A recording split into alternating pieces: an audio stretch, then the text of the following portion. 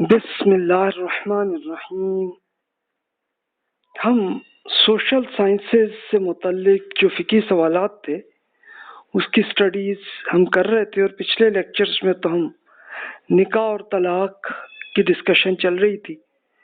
تو آج ہم ایک نئے ماڈرن کوشچن سے ہم شروع کرتے ہیں، جس کو ہم اردو میں تحریک آزادی نسواں کہتے ہیں، اور انگلش میں آپ اسے فیمنسٹ موومنٹ کہتے ہیں۔ تو اس میں سے کیا چیز اس میں درست ہے اور کیا چیز غلط ہے، تو یہ سوچنے کی ایک یہ سٹڈی ہے جو ہم کرنے لگے ہیں۔ آئیے آپ کے لیے برین سٹارمنگ کے لیے دو سوال ہی صرف عرض کر دیتا ہوں۔ قرون وسطیٰ یعنی جس کو مڈ ایول کہتے ہیں، یعنی آپ کہہ لیں کہ 1000 سی سے لے کے آلموسٹ کوئی 1700 سی تک کا زمانہ ہے۔ تو ان کے جاگیردارانہ معاشرے میں خواتین کو مرد سے کمتر سمجھا جاتا رہا ہے، اور خواتین کے ساتھ ظلم بھی ہوتا رہا، یہ تو حقیقت ہے۔ تو اس میں قرآن اور سنت میں کیا احکامات ہیں؟ اب یہ دیکھیے کہ یہ میڈیول جس کو یورپینز جسے کہتے ہیں، ہم اسے قرون وسطیٰ کہہ دیتے ہیں۔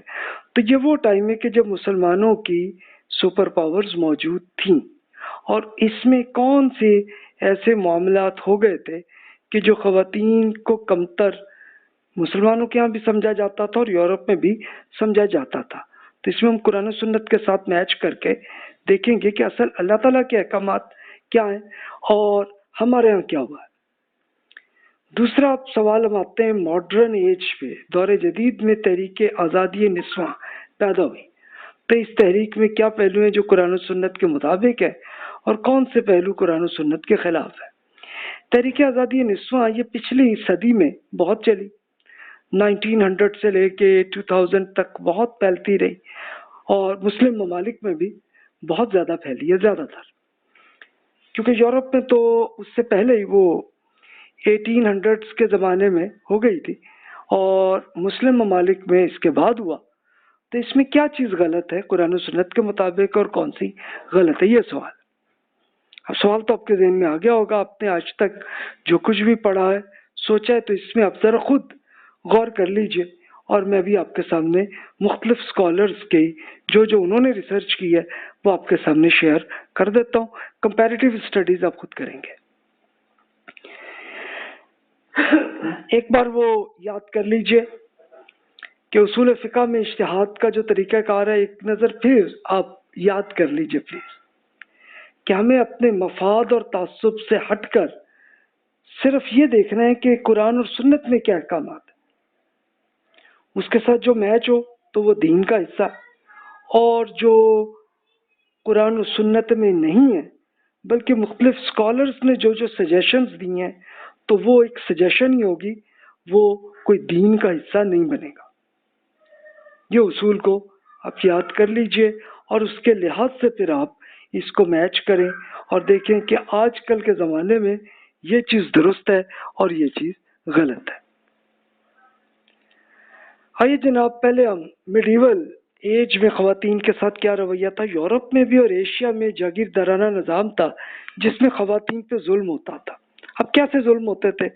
مثال کے طور پر خاتون پہ بہت سی پابندیاں لگی ہوئی تھیں، ان پہ کوئی آزادی نہیں تھی، اور بہت کچھ چیزوں پہ ان کو پریشر کیا جاتا تھا۔